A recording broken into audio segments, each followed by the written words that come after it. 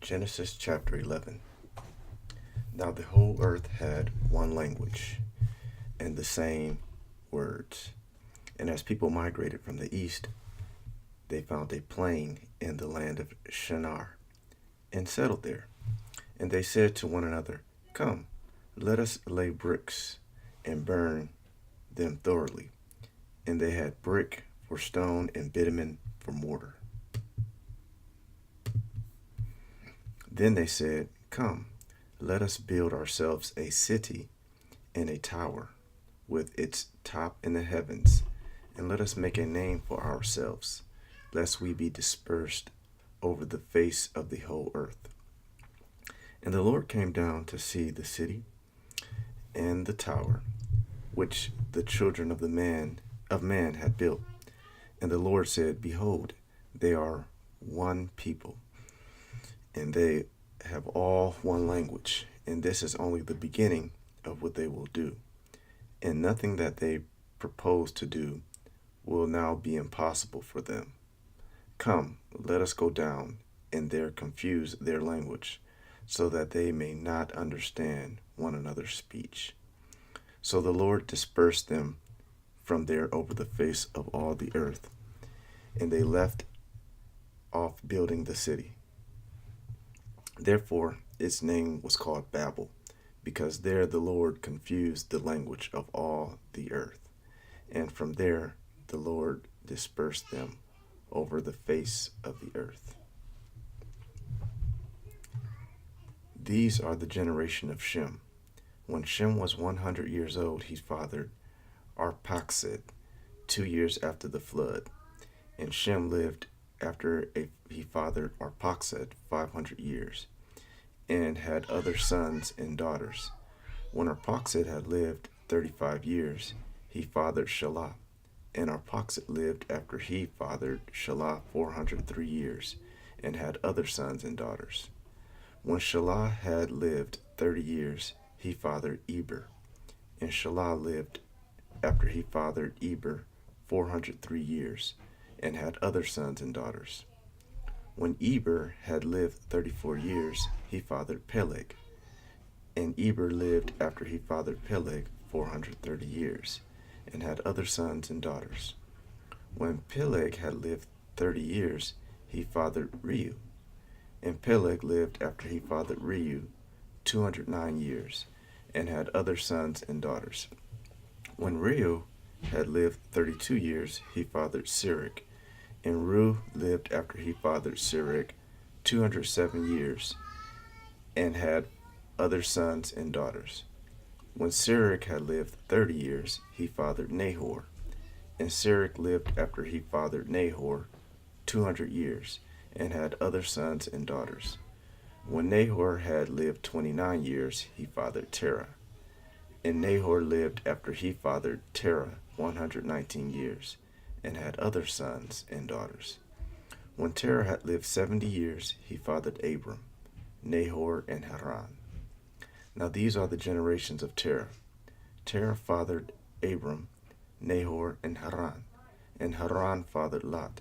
Haran died in the presence of his father Terah, in the land of his kindred, in Ur of the Chaldeans. And Abram and Nahor took wives. The name of Abram's wife was Sarai, and the name of Nahor's wife Milcah, the daughter of Haran, the father of Milcah and Iscah. Now Sarai was barren, she had no child. Terah took Abram his son, and Lot, the son of Haran, his grandson, and Sarah his daughter-in-law, his son Abram's wife, and they went forth together from Ur of the Chaldeans to go into the land of Canaan. But when they came to Haran, they settled there. The days of Terah were 205 years, and Terah died in Haran. Genesis chapter 12. Now the Lord said to Abram, "Go from your country and your kindred and your father's house to the land that I will show you. And I will make of you a great nation, and I will bless you and make your name great, so that you will be a blessing. I will bless those who bless you, and him who dishonors you I will curse. And in you all the families of the earth shall be blessed." So Abram went, as the Lord had told him, and Lot went with him. Abram was 75 years old when he departed from Haran.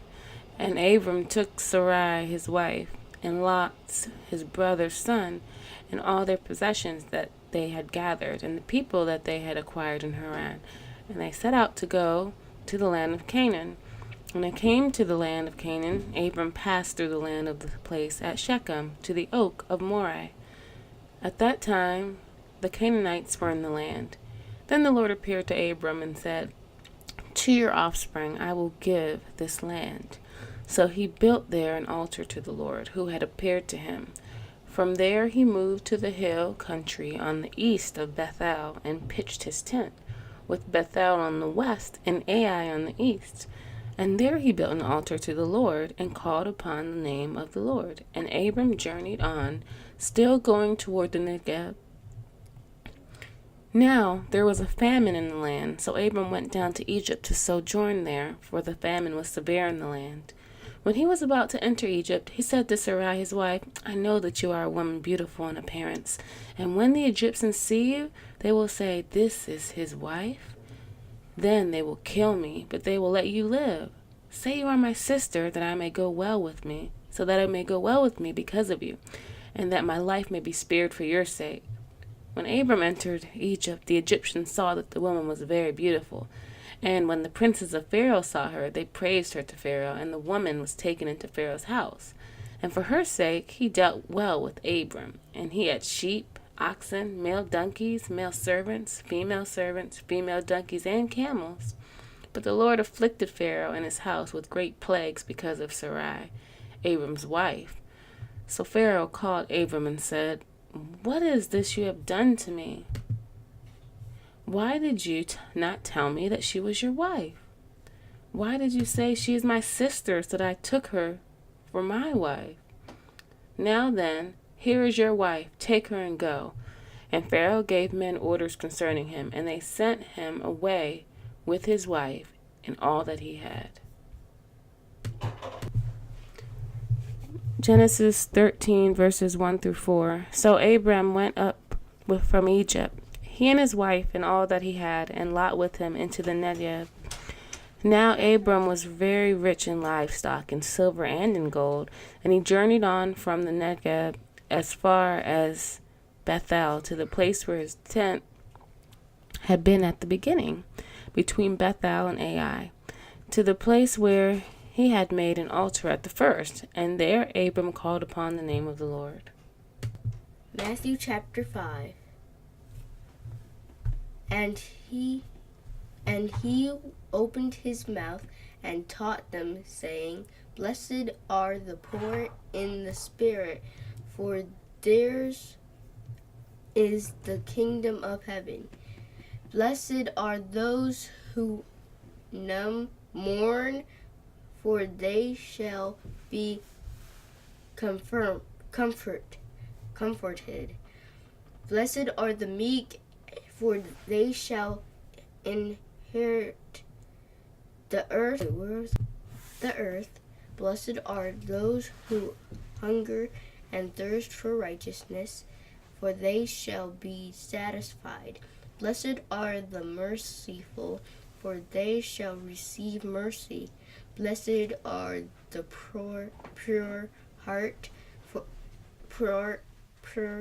in heart, for they shall see God. Blessed are the peacemakers, for they shall be called sons of God. Blessed are those who are persecuted for righteousness' sake, for theirs is the kingdom of heaven. Blessed are you and others reveal.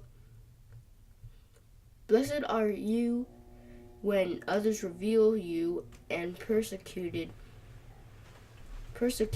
you and utter all kinds of evil against you falsely on my account. Falsely on my account.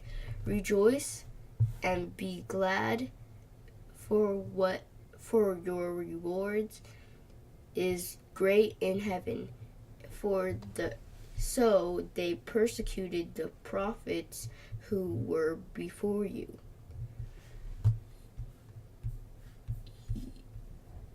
You are the salt of the earth, but if salt has lost its taste, how shall its saltiness be restored? It is no longer good for anything except to be thrown out and trampled under people's feet. You are the light of the world. A city set on a hill cannot be hidden, nor do people light a lamp and put it under a basket, but on a stand, and it gives light to all in the house. In the same way, let your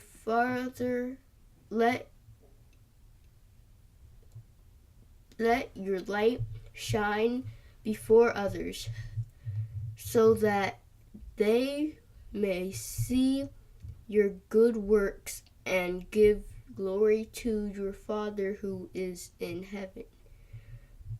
Do not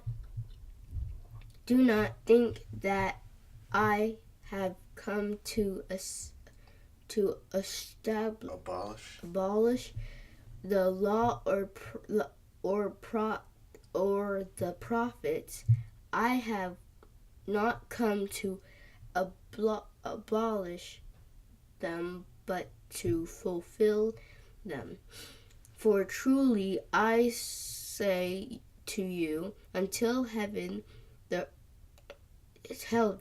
and earth pass away, not an iota, not a dot will pass from the law until all is accomplished.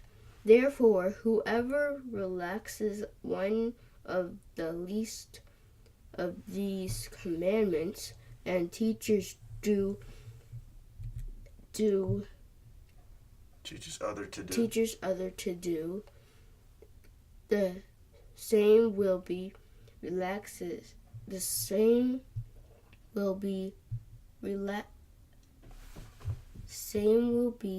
called least in the kingdom of heaven, but whoever does them and teaches them will be called great in the kingdom of heaven.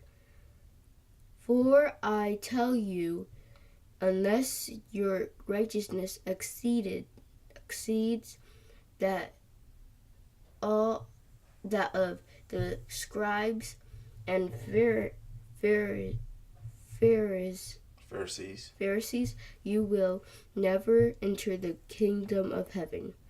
You have heard that it was said to those of old, you shall not murder, and whoever murders will be liable to judgment.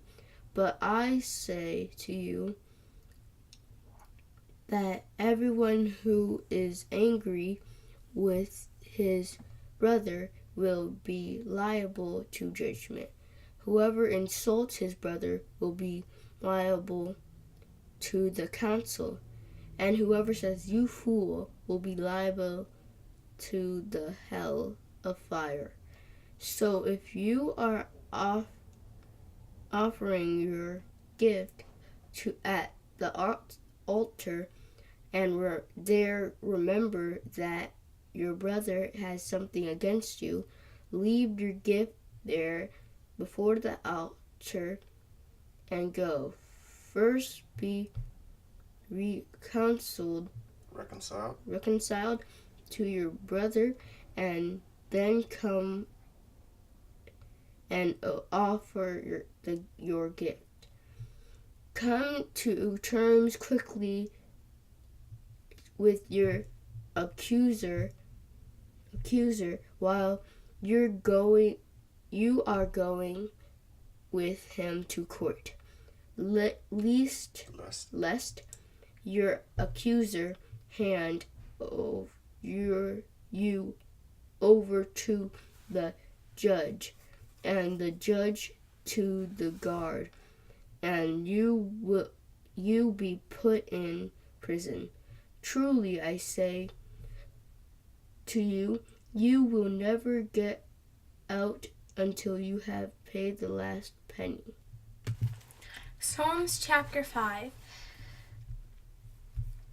Give ear to my words, O Lord. Consider my groaning. Give attention to the sound of my cry, my King and my God. For to you do I pray. O Lord, in the morning you hear my voice. In the morning I prepare a sacrifice for you and watch. For you are not a God who delights in wickedness. Evil may not dwell with you. The boastful shall not stand before your eyes. You hate all evildoers. You destroy those who speak lies. The Lord abhors the bloodthirsty and deceitful man. But I, through the abundance of your steadfast love, will enter your house. I will bow down towards your holy temple in fear of you. Lead me, O Lord, in your righteousness because of my enemies. Make your way straight before me. For there is no truth in their mouth. Their inmost self is destruction. Their throat is an open grave. They flatter with their tongue. Make them bear guilt, O God. Let them fall by their own counsels. Because of the abundance of your transgressions, cast them out. For they have rebelled against you. But let all who take refuge in your rejoice. Let them ever sing for joy, and spread your protection over them, that those who love your name may exult in you. For you bless the righteous, O Lord. You cover him with favors as with a shield. Proverbs chapter 1, verse 24 through 28. Because I have called and you refused to listen, stretched out my hand, and no one has heeded, because you have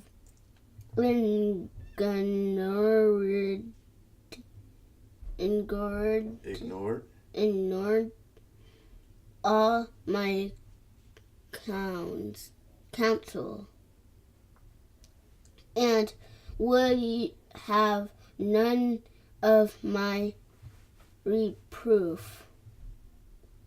I also will laugh at your calamity. I will mock when terror strikes you. When terror strikes you like a storm, and your calamity comes like a whirlwind. When distress and anguish come upon you, then they will call upon me, but I will not answer. They will seek me diligently,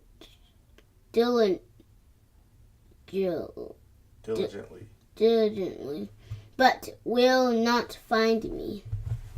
Good job.